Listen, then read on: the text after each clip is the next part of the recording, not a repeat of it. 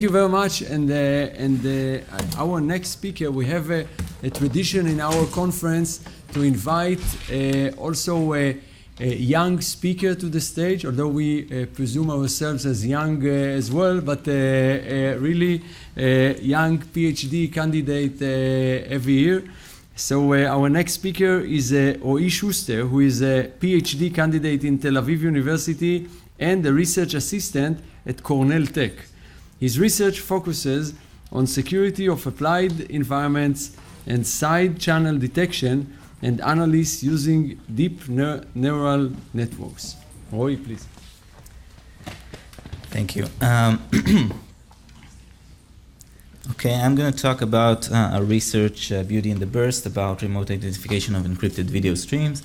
And it is important because a lot of people stream video content in the privacy of their own homes. They don't expect any third party to know what they're streaming, but there are a lot of interested parties in what people are streaming for targeted marketing purposes or market characterization and other purposes.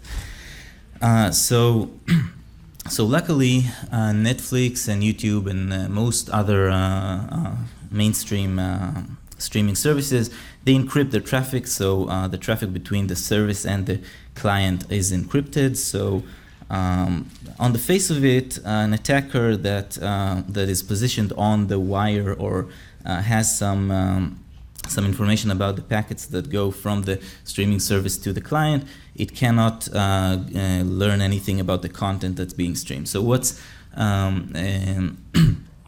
a possible attack on this would be that the attacker would say, okay, I don't know what's the content of the packets, but I know their timings, their sizes, and other metadata about the connection. Maybe this metadata actually identifies the video being streamed. Videos are especially susceptible to this because of their variable bitrate. Now, variable bitrate means that different seconds of the video take a different amount of bytes to encode. And this is well demonstrated by the Iguana versus snake video. That's a video about an iguana being chased by snakes. And I can't show it, unfortunately, because I don't have time, but I'll walk you through it. So in the beginning of the video, we have a lot of scenery and tension is sort of rising, and there's a lot of movement, and it takes a lot of bytes to encode all that. Then we have tension is peaking, everything is still. We get a headshot of the snake, a headshot of the lizard, and iguana, and it sort of takes very few bytes to encode such a still scene. Then we have a chase scene. That's again everything is moving rapidly, and the bytes per second they peak. And then we get the iguana is finally resting at its safe haven, and everything is good again, but the bitrate drops. So what we get from this is that the video content affects the variable bitrate pattern. And what another thing we know about videos is that about streaming videos is that on the server they are saved in chunks, and each chunk corresponds with about 5 seconds of video. And because we have variable bitrate, we have different bytes take to encode different segments of the video in time. Then these chunks are variable sized.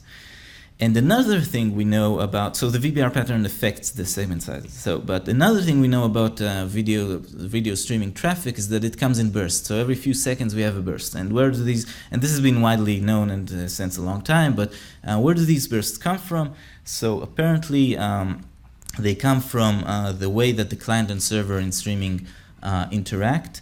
And specifically, every few seconds, the client fetches one segment that's stored on the server. So what we get from all this is that bursts that are visible to anyone correspond with sizes of segments on the server.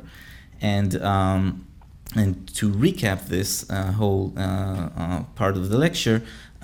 Content affects the variable bitrate pattern. The variable bitrate pattern affects the segments as they are stored on the server, and the segments affect the burst sizes. Now the question is, do the burst sizes that again are visible to anyone in spite of being encrypted, anyone, not anyone, but I'll say exactly to whom, but burst sizes, do they identify strongly a video? Because if they do, then anyone sitting on the wire and listening to packets can identify the video. So the first scenario we're going to consider is actually when somebody is actually sitting on the path from the streaming server to the streaming client, and this somebody is usually a pretty powerful adversary, somebody who has a code level access to your Wi-Fi access point, or just an ISP or a network moderator or whatever. But these adversaries exist, and they have some interest in your viewing habits. And the way we model this adversary is that it uses machine learning.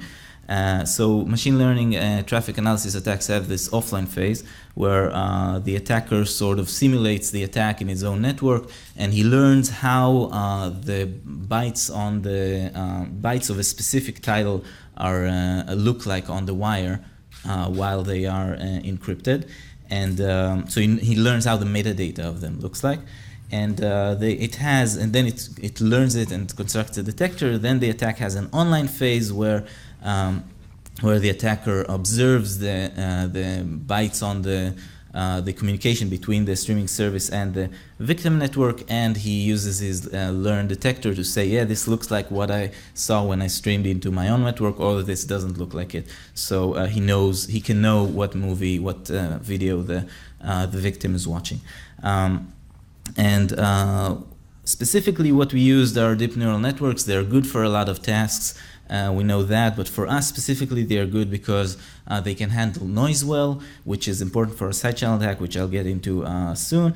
And they are generic, so we can attack multiple services with them. We don't have to fit them for specific protocols or specific features that we derive from the communication trace. And so we defined a few classification tasks for some mainstream video services. For instance, for Netflix, is to differentiate one video from 100 classes, and for YouTube, something a little different. For Amazon and Video, something similar, but it's at a smaller scale. And these classification tasks demonstrate the power of an adversary to actually glean insight into what you're watching, even though it's encrypted. And we have surprisingly good. We got surprisingly good results across the streaming services, with 98.5 in Netflix and 99.5 in YouTube, and this all looks very scary. Another thing we did is we adjusted our classifiers for precision rather than accuracy, because when you use them in the real world, you care about the very low base rate in this sort of attack, and they have very few false positives. And now I'm going to talk a little bit about our off-path attacks. That's our side channel attacks. So let's assume that that our attacker is not that strong, is not an ISP, or doesn't take a hold of your access point, or is not a network moderator, and that's over the attacker. What if the attacker is just a web page you visit, or a guy with a laptop in your house, or an app on your phone? And these adversaries are very weak, but they are ubiquitous. So they could be very dangerous if this leak is exposed to them, if this leak is exploitable by them. And there have been a few attempts to demonstrate or to model such attackers in traffic analysis works, and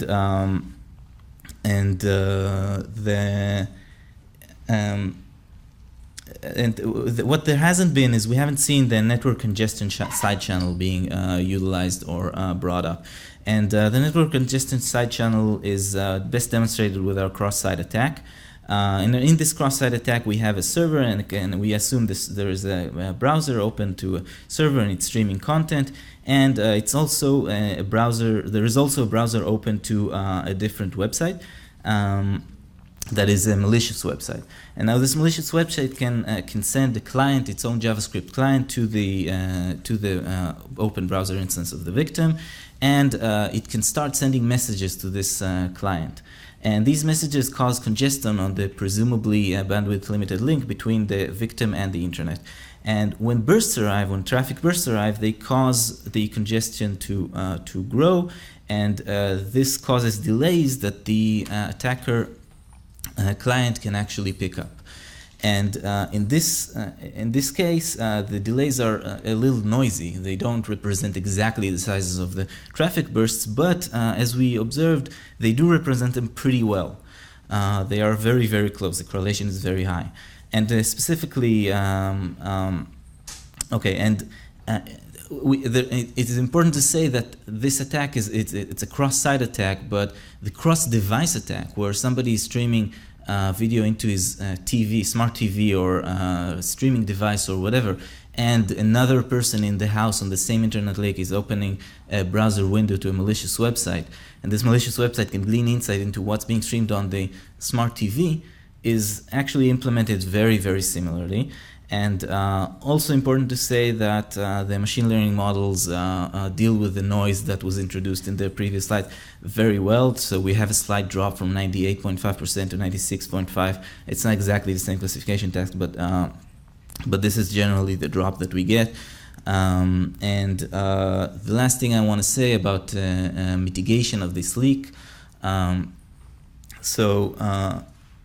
It seems like both of the causes for the leak are two of the causes for the leak are first that video is being encoded in variable bitrate, which I don't think anybody has enough motivation to change, because variable bitrate is very important for the efficiency of the encoding and the presentation.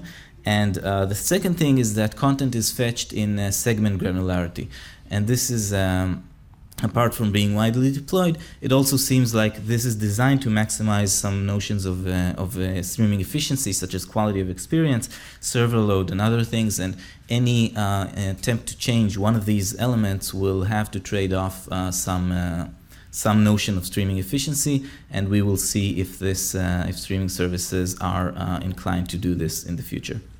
That's it.